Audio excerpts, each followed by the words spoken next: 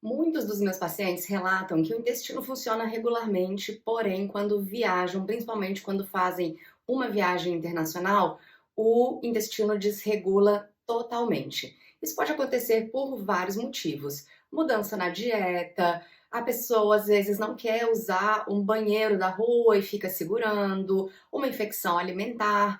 Porém, estudos novos mostram que o intestino também sofre com o jet lag. É o que a gente vai ver hoje. A vida na Terra é ditada por flutuações circadianas ditadas pela rotação da Terra em torno do seu próprio eixo. Nós, mamíferos e todos os outros mamíferos respondemos a essas flutuações circadianas. Nosso metabolismo muda quando está claro, quando está escuro, produzimos diferentes hormônios de dia e à noite, e muito disso é ditado por genes que temos que regulam esse ciclo, como o gene clock, como o gene BMAL1, que são muito mais ativos durante o dia. Nosso relógio circadiano controla também muitos processos metabólicos, inclusive nossa imunidade, nosso comportamento, o quanto de energia a gente gasta ou acumula. A interrupção ou disrupção desse ciclo circadiano é muito comum, porque trocamos muitas vezes o dia pela noite, fazemos viagens internacionais. Muita gente, como policiais, bombeiros, médicos, enfermeiros, trabalham em turnos, um dia trabalha de dia, outro dia não trabalha, outro dia trabalha à noite, e essa desregulação afeta muito o metabolismo. Pessoas que trabalham em turnos, por exemplo, têm muito mais risco de obesidade e síndrome metabólica. Mas hoje eu queria falar especificamente do jet lag, que é uma síndrome que acontece quando as pessoas mudam de fuso muito rapidamente. Então, por exemplo, no mês passado eu fui trabalhar no Brasil, eu moro na Europa, fui trabalhar no Brasil e aqui em Portugal nós estamos 4 horas à frente do Brasil no momento. Então, aqui eu estou gravando agora, são 10 da manhã, no Brasil são 6 da manhã. E quando a gente faz essa mudança de fuso horário, o nosso corpo sofre. A palavra jet lag vem do inglês. Jet significa jato ou um avião bem rápido e lag significa atraso. É uma síndrome, então, de mudança de fuso horário que pode ter muitas repercussões no nosso organismo, como cansaço, fadiga, insônia, diminuição da concentração, diminuição da imunidade, dores de cabeça, diarreia, constipação, perda de apetite, e essa disrupção constante no fuso horário aumenta o risco de doenças como as doenças cardiovasculares. Agora, muito interessante é que a ciência vem mostrando que as nossas bactérias intestinais também sofrem com essas mudanças de fuso horário. Uma microbiota saudável é muito importante para auxiliar na nossa digestão, para melhorar a nossa imunidade. A gente sabe que a microbiota também influencia o comportamento humano, também influencia a nossa cognição.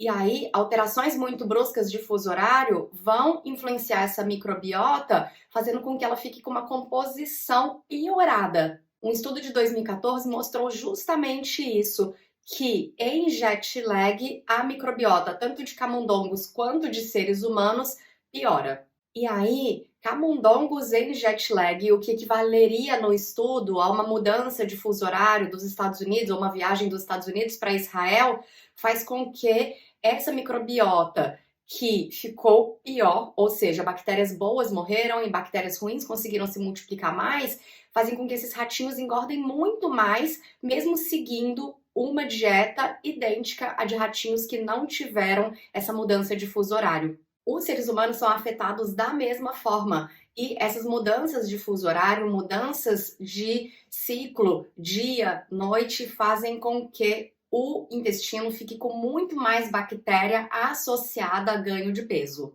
Mas com uma dieta adequada, a microbiota volta ao normal após cerca de 2 semanas. Agora, se além de viajar, a pessoa adota uma dieta muito ruim, pobre em fibras, pobre em fitoquímicos, essa microbiota vai ficar alterada por muito mais tempo, fazendo com que essa pessoa ganhe muito mais peso e tenha um risco muito maior de desenvolvimento de síndrome metabólica.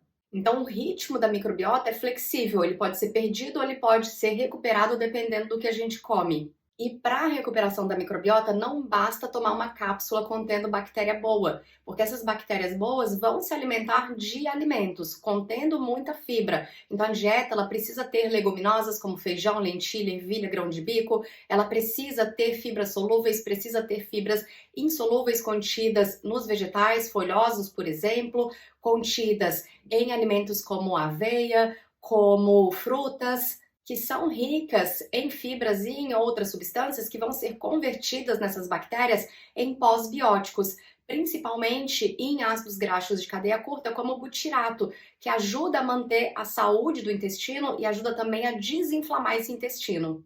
Além disso, para melhoria mais rápida do intestino, principalmente se a pessoa tiver com constipação ou com diarreia, é muito importante que essa dieta tenha vitamina C, e aí nós temos várias frutas cítricas ricas em vitamina C, como laranja, limão, lima, acerola, abacaxi. O intestino também se beneficia muito da presença de beta-glucanas, fibras específicas presentes, por exemplo, nos cogumelos. As beta-glucanas estimulam a produção de interleucina 22, uma citocina anti-inflamatória que promove o aumento de beta-defensinas. E as beta-defensinas ajudam muito quem tem, por exemplo, síndrome fúngica. Outra fibra muito utilizada para aumento de ácidos graxos de cadeia curta benéficos e anti-inflamatórios é a fibra cássia, extraída de uma árvore africana chamada acácia. Nucleotídeos também são muito importantes para o reparo do DNA das células que foram danificadas no intestino.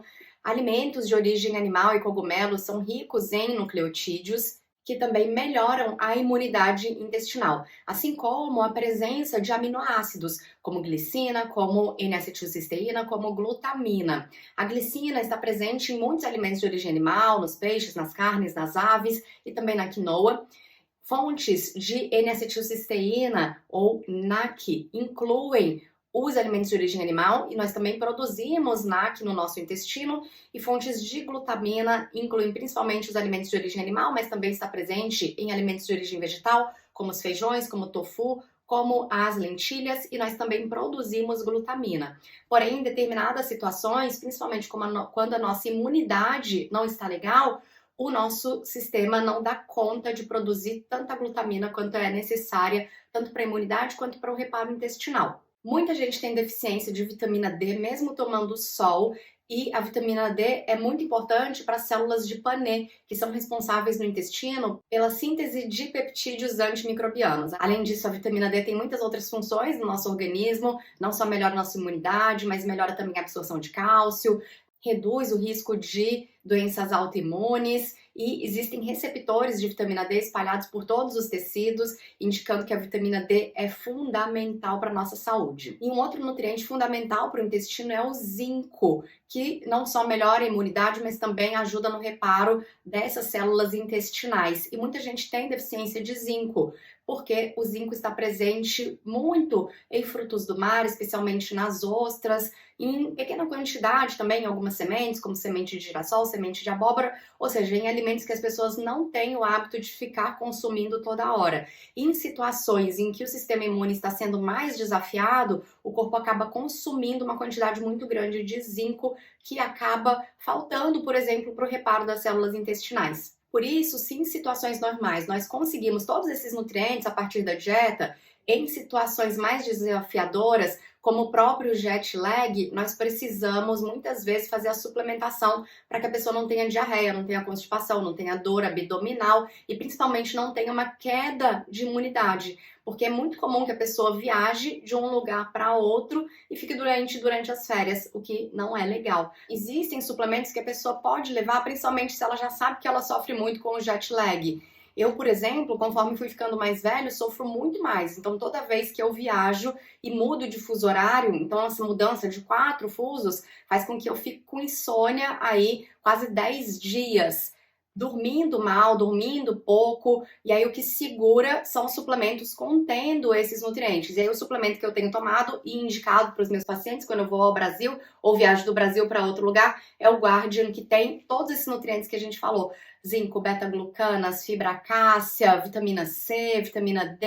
É um suplemento bem completo, é bem fácil de utilizar, é só diluir o pozinho em água, tem um gostinho de suco de limão, muito fácil de tomar em qualquer horário e vai manter o seu intestino e sua imunidade aí funcionando muito bem.